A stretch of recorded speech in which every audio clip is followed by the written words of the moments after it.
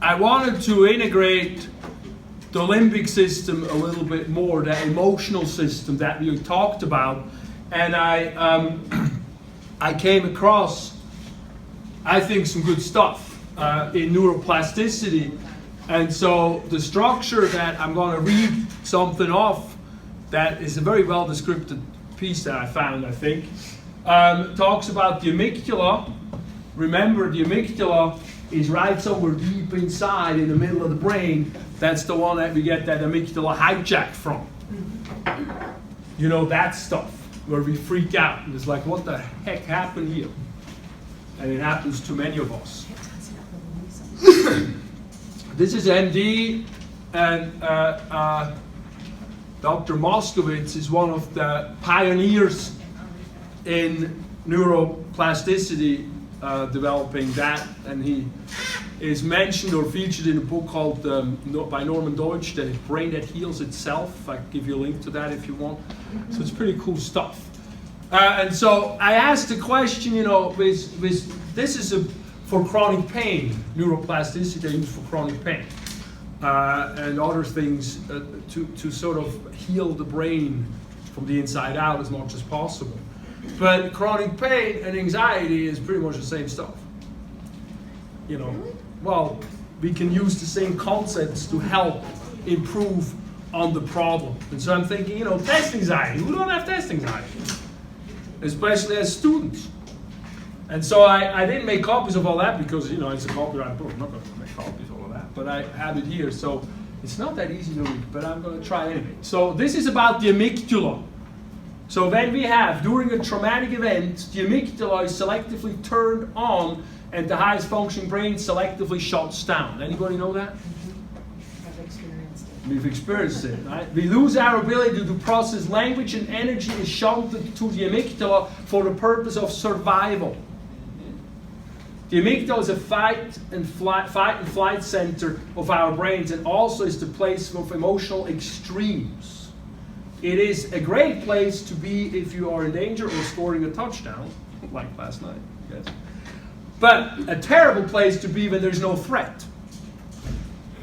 On our first perception of pain or anxiety or stress or that kind of stuff is in the amygdala, and it is a place designed to deal with the threat to our body taking over and making urgent decisions. The problem occurs if once the danger is past, the higher brain areas best equipped for decision making, conflict detection, general problem solving do not kick back in. Do we all know that? No, why wouldn't it kick back in? Well, because we train it out of it. That's part of the problem. That's why it is so important, I feel, even though we can't always, you know, I do this for myself because it's hard for me to understand all this stuff. And it's hard for me to teach it, of course, but it's also hard for me to do these exercises and be good to my own brain. But knowing about it helps us understand it better, and then we have a better chance to do that stuff. So the amygdala kicks in, some danger is on the street, it's still there even though the problem is no longer there. That could be a pain, that could be a danger, that could be a freak out, whatever it is. Test anxiety, that is a freak out. If we stay in the amygdala after the danger has passed, we continue to live within our most extreme emotions and experiences, and immediate state of danger that is no longer there, doesn't exist anymore. Memories are pulled up and we instantly re-experience the trauma. That's very important. The more neurons that fire together, wire together. Very important concept. In persistent pain or anxiety states, the brain perceives that this danger continues to exist. It overwhelms and we fear that will never be better again. What we need to do, we need to turn the higher functioning brain back on by remembering who we are, and remind ourselves that the danger has long ago passed. So I think that's a very valuable wisdom. Now how are you going to do that? Well, one thing is Barbara Towner, Dr. Towner, when she gave us these handouts. That handout, that's a phone, from the phone, you can see it is from the phone. That tappy stuff is very helpful, especially here, that EFT, emotional freedom technique. That's why the psychologists go for it, because that actually works. You know, these are neuropsychology things. So that's one thing. And then the other thing I wanted to bring in and talk about with that is well, we're going to get to that, is Gabba. Gabba to the rescue. Relax, calm, and soothe the brain. The extreme responses and emotions, the amygdala, are a signal that we are in a crisis mode, in persistent pain or anxiety, chronic mood disturbances. A person becomes immersed in this swirling cauldron of extremes. They become lost. This is really poor quality today, isn't it? Why is it so poor quality? That is a little bit better. No, there you go. They become lost. The fact that they have transitioned from a state of emergency to a persistent state of distress that makes it very difficult to deal with daily living skills. That also happens. Think of depression. Really having a bad time. Sometimes, we all have some of those times. But that's that self-perpetuating thing that becomes, it's not an emergency anymore, it's a continuous, persistent state of distress. Everything feels like a crisis, even simple situations. The longer this goes on, the more reinforced this becomes as a way of life. The symptoms of pain, anxiety, depression reinforce this experience, and people become stuck in an endless loop, reinforcing a crisis that is not present. The highest functioning brain becomes less efficient, and functions such as planning, problem solving, empathy, attunement, pleasure, conflict detection, resolution, emotional regulation, sensory interpretation, and internal coherence become disrupted. Remember? I do. I have issues like that. Well, part of the problem is, life happens. That's right. And then 10 years, 20 years later, you go like, what happened? And you got to sort of, why am I always awake at night and can't go back to sleep?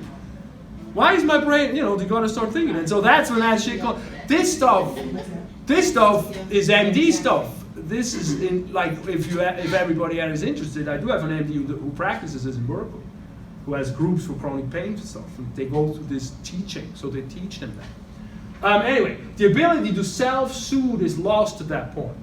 Once these extremes of mood and pain are recognized as signals that wire the brain, self-soothing activities can be used to calm the amygdala down.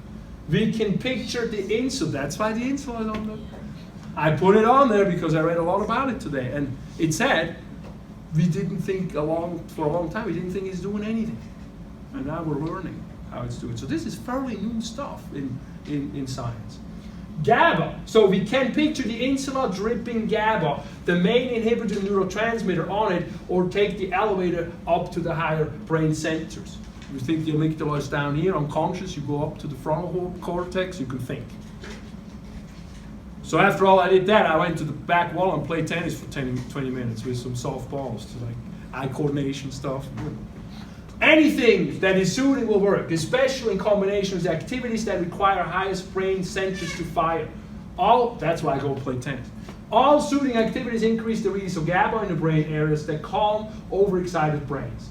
Learning meditation may be of value as progressive muscle relaxation, self-hypnotic approaches. For many people, the development of an exercise routine is soothing, dramatically reducing stress. Repetition of calming activities is the way to train the brain to reduce agitation, stress, and pain. Neurons that fire together, wire together. That's that reinforcing, self-reinforcing pathway. Making a list of soothing activities in advance can be helpful, remembering that we have instant access to brain via thoughts, images, sensations, memories. Soothing emotions and movements, beliefs can provide a multitude of soothing strategies. So can that EFT type stuff, for example. And again, I'm not expecting, it's hard to do that stuff. And then at the end, and I read it, I like this, and I'm not going to go read the whole thing, but basically, it talks about, it talks about the brainwave patterns, how fast the brain centers discharge, and that rhythm is depending on what happens. And music is really, really helpful to self-soothe. And we all know that.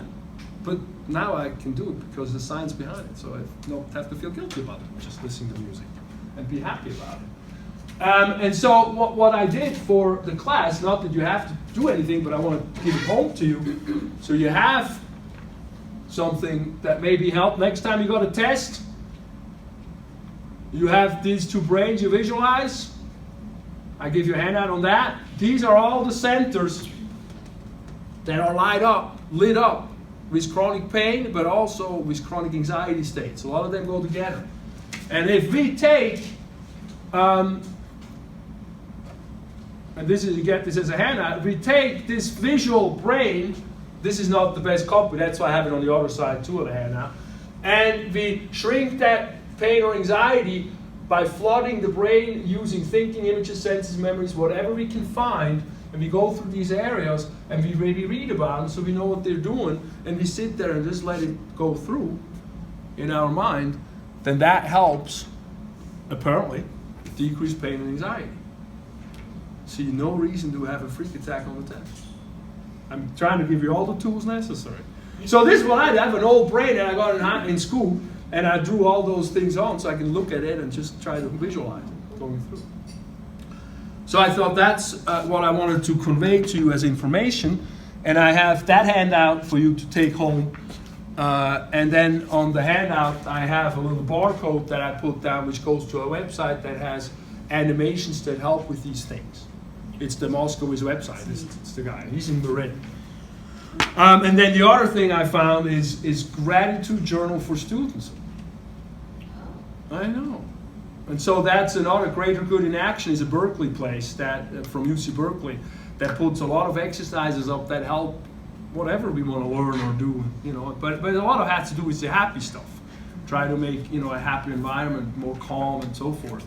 And so they have a lot of different activities and things you can do, and this goes to different cool exercises with different groups. There's just a link.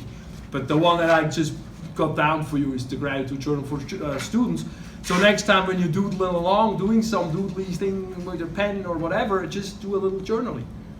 Just take it home, read it on a down moment, and have it as a tool. All right? Cool.